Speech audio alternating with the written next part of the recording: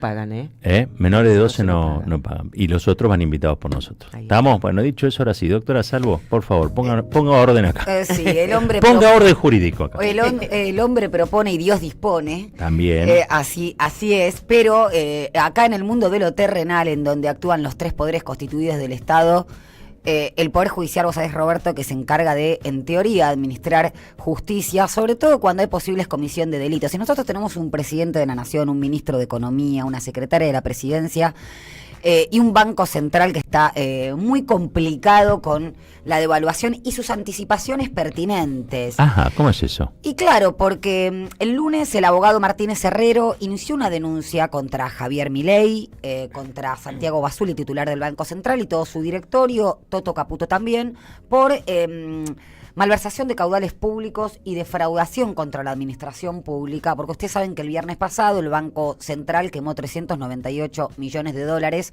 cuando se produjo la famosa flotación del dólar, por decirlo de una manera elegante. Pero hubo una ampliación de esa denuncia, porque el lunes, si mal no recuerdo, cuando el presidente de la Nación estuvo 5 horas con Fantino en su streaming Neura, en una entrevista, dijo lo siguiente. Básicamente, los que sabíamos que salíamos del cepo era Toto,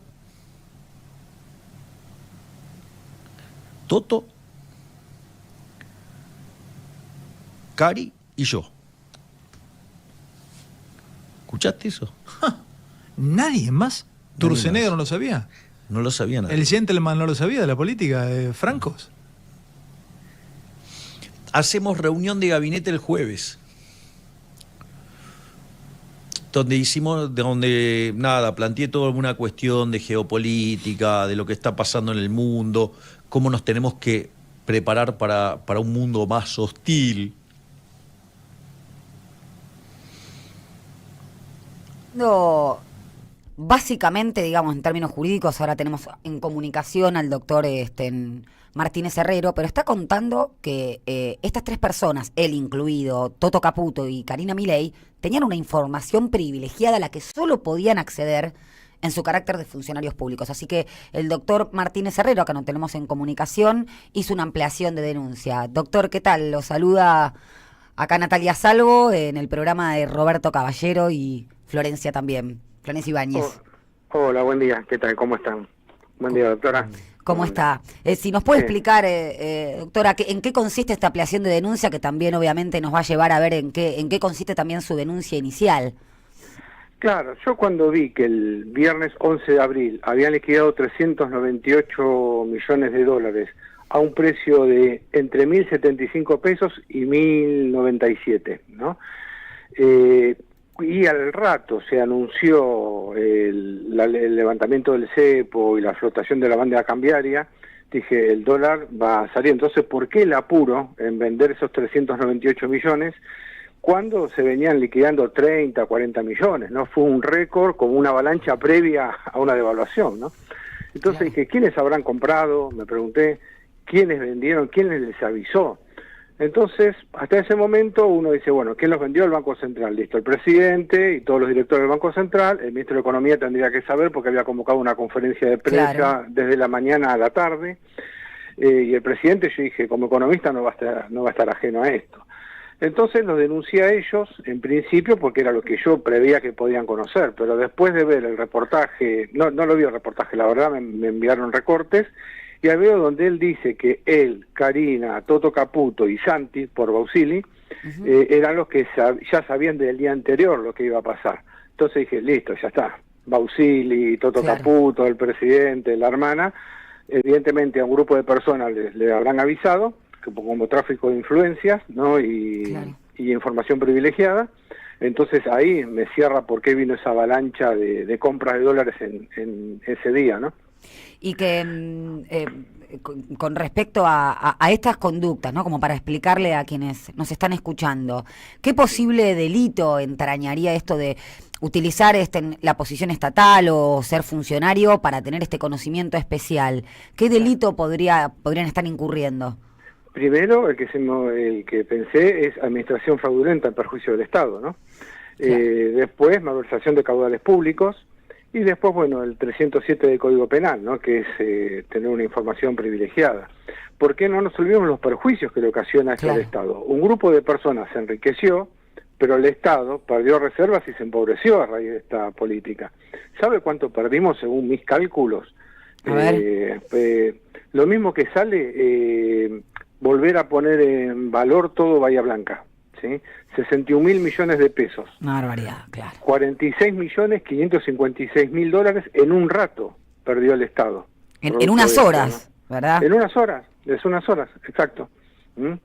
Desde el día anterior ya sabían que iba a pasar esto, lo guardaron en secreto, un grupo de personas salió en avalancha, que no fuimos ni ustedes ni yo, nadie lo que pudimos comprar un dólar a ese valor, ¿no? Tampoco lo podíamos hacer en ese momento.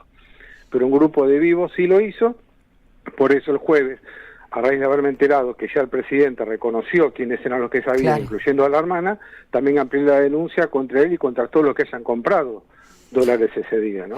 Y eso es lo que le iba a preguntar. Usted pidió como medida también que se informara la nómina de personas que compraron también con esa información privilegiada, cuando el resto de los mortales no teníamos ni idea de que el levantamiento del cepo iba a suceder, ¿verdad? Exactamente. Primero pedí un allanamiento al Banco Central, pero bueno, si me citan recién para el jueves que viene, todo eso no tiene sentido. Entonces, porque ya lo que sí pedí es que se informe y que se identifique a quiénes fueron los que compraron, ¿no? Ojo, por ahí pueden justificar.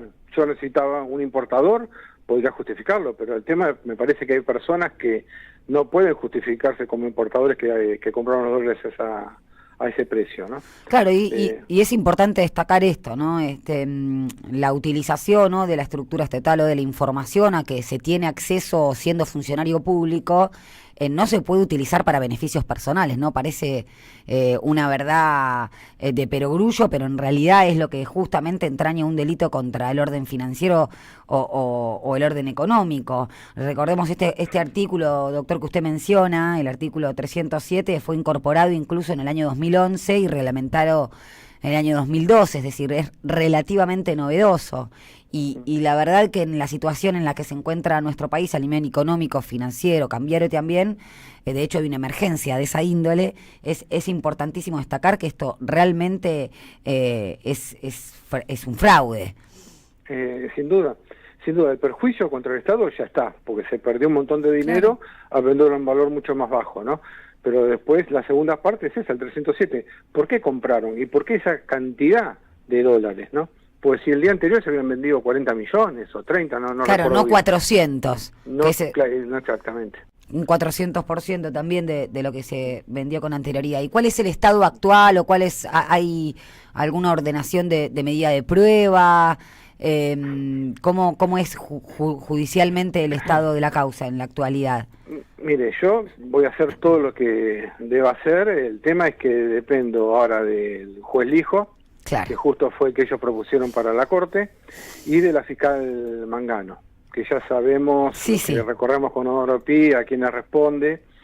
Entonces, pero yo, bueno, ya presenté, hasta ahora tengo entendido que no han tomado ninguna medida. Es más, ni siquiera me han cargado en el Lexien porque ni siquiera me notificaron por cédula. Me enviaron un mail. Claro,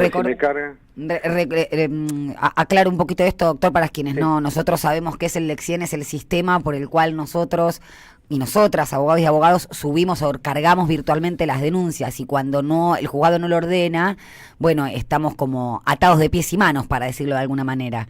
No se continúa con la denuncia, o sea, no está por responsabilidad, digamos, de ese poder judicial penal federal parado. Exacto, no puedo tener acceso a ver la causa. Antes, cuando uno hacía la denuncia, lo cargaban en el Lexien y uno iba viendo los movimientos, seguro, más o menos del expediente, ¿no? Acá no, acá ni siquiera me mandaron la cédula, porque para enviarme la cédula me tienen que cargar en el sistema. Solamente me citaron por mail para el jueves que viene ratificar la denuncia. Claro. Así o sea que estamos en esa instancia inicial. O sea, va a estar todo parado hasta el jueves que yo ratifique la denuncia, ¿no? La ratificación de denuncia. Bueno, doctor, le agradecemos muchísimo la comunicación. Seguramente ante las próximas novedades nos estaremos comunicando con usted. Muchas gracias. Perfecto. No, gracias a usted y siempre a disposición. Gracias, hasta luego. En épocas donde se premia el individualismo, defendemos lo colectivo. Nos encontramos todas las mañanas en